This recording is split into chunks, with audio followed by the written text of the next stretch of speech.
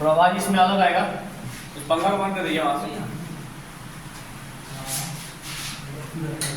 तो कह रहे हैं मीनार के आधार से एक सरल रेखा में, यानी कि देखिए इस दोबारा समझिए, कह रहा है पूरा कोण। पूरा कोण का मतलब होता है दो कोणों को जोड़ने पर 90 डिग्री होना चाहिए। दो कोणों का योग कितना होना चाहिए? 90 डिग्री। उसको क्या बोलेंगे हम लोग? पूरा कोण कहते हैं।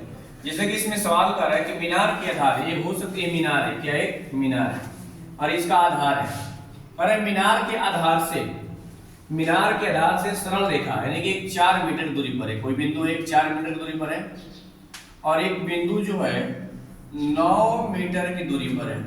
तो मान लीजिए इसका बिंदु बी सी और का आ गया डी, और कह रहा है मीनार के शिखर का उन्नयन कोण पूरक है। उन्नयन कोण जो है पूरक है, यानी कि पूरक का मतलब होता है दो कोण बनेगा दोनों बिंदु पर और दोनों को जोड़ने पर आपका 90 आना चाहिए। तो एक आपका थीटा हो जाएगा, तो ये कितना हो जाएगा? 90 माइनस थीटा, ये हो गया। तो हमें सिद्ध करना है, यानी कि कह रहा है दिया है, उसको लिख लीजिए। क्वेश्चन नंबर आपका 16 है।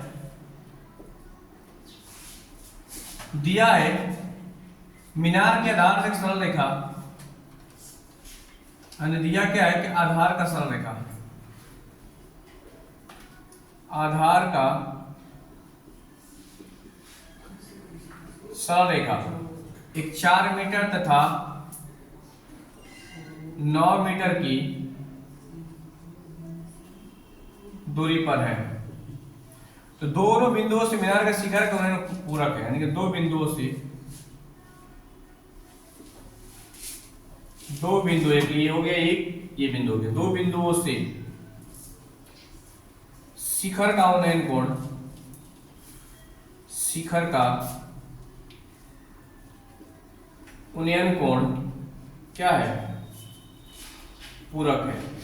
तो पूरक कोण किसे कहते हैं? जिस कोणों का योग, दो कोणों का योग कितना चाहिए? 90 डिग्री।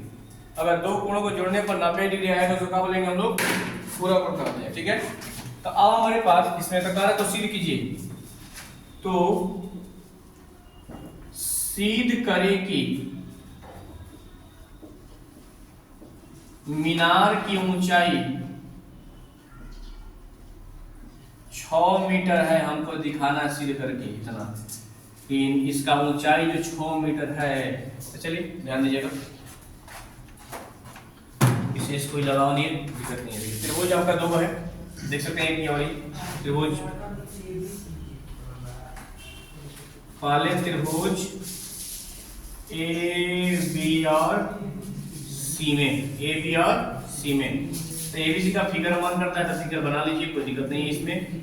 और ये कितना हो गया? 90 माइनस थीटा, आपका सी हो गया, ये बी हो गया, ये हो गया, ये हो गया। ऊंचाई हमको मालूम नहीं है, ऊंचाई एच है। ठीक है, इसका कितना है? 4 मीटर है। चलिए tan थीटा बराबर आप लिख सकते हैं कि ए बी बराबर कितना है होगा? एच मीटर मान लीजिए। बी सी बराबर कितना होगा? 4 मीटर। थीटा का मान कितना दिया जी? 90 माइनस थीटा। सूत्र का जाएगा tan थीटा बराबर कितना होगा? लंब बटा में क्या होगा? आधार हो जाएगा। यानी सूत्र का जो प्रयोग करेंगे हम, तो tan थीटा का मान कितना है जी? 90 माइनस थीटा। लंब कितना है? एच। आधार कितना है? 4।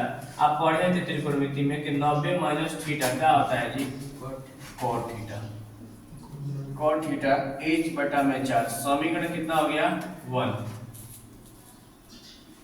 पुनः त्रिभुज एबीडी में, पूरा में आपका ये पूरा वाला त्रिभुज हो गया। ए बी और क्या हो गया? डी क्या हो गया? थीटा। पूरा कितना है? 9।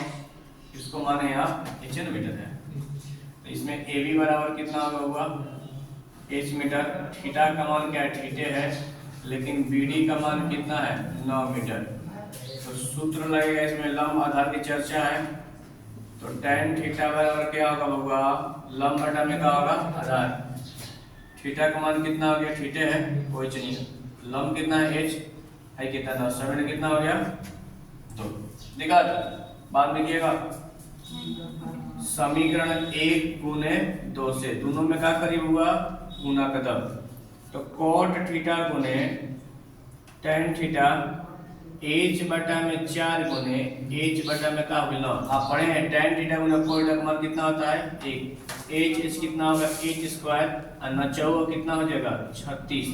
तिरछा तिरछे गुना कर होगा तो क्या हो जी एच स्क्वायर बराबर क्या हो गया 36।